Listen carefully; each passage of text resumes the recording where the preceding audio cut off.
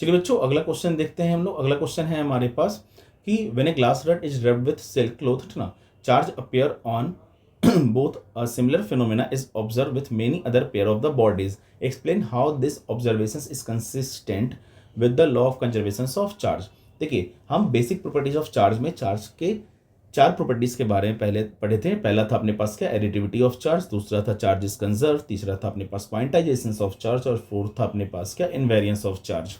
तो यहाँ पे अगर हम लोग चार्जेस कंजर्व के बारे में बात करें तो चार्जेस कंजर्व पे हम लोग इस बात को पढ़े थे कि इस रियल वर्ल्ड में जो होता है कोई भी चीज़ डिस्ट्रॉय नहीं होता है, उसका कन्वर्जन होता है।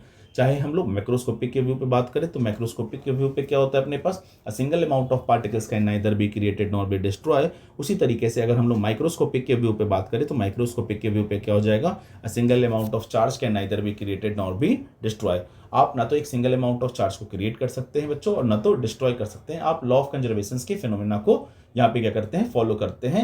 हम एक सिंगल चार्ज को, माइक्रो कूलम ऑफ चार्ज को, नैनो कूलम ऑफ चार्ज को और either we can say that a pico coulomb of charge को भी ना तो क्रिएट कर सकते हैं बच्चों और ना तो डिस्ट्रॉय कर सकते हैं। तो यहाँ पे बोल क्या रहा है कि when a glass rod is rubbed with a silk, जब किसी भी ग्लास रड को आप सिल्क के साथ रब करेंगे तो वो जो होता है एक्वायर करेगा क्या, पॉजिटिव चार्ज ना, it will acquire completely positive charge. Similarly अगर आप ग्रेफाइट के साथ रब करते हैं तो उस पर कंप्लीटली क्या होता है, निगेटिवली चार्ज आता है, ठीक ना। तो बच्चों ग्लास रड को अगर आप सिल्क के साथ रब करते हैं तो उस पर कौन सा चार्ज चढ़ेगा, उस पर कंप्लीटली पॉजिटिवली चार्ज चढ़ेगा और ग्रेफाइट के साथ अगर रब करते हैं तो कंप्लीटली निगेटिवली चार्ज चढ़ेगा।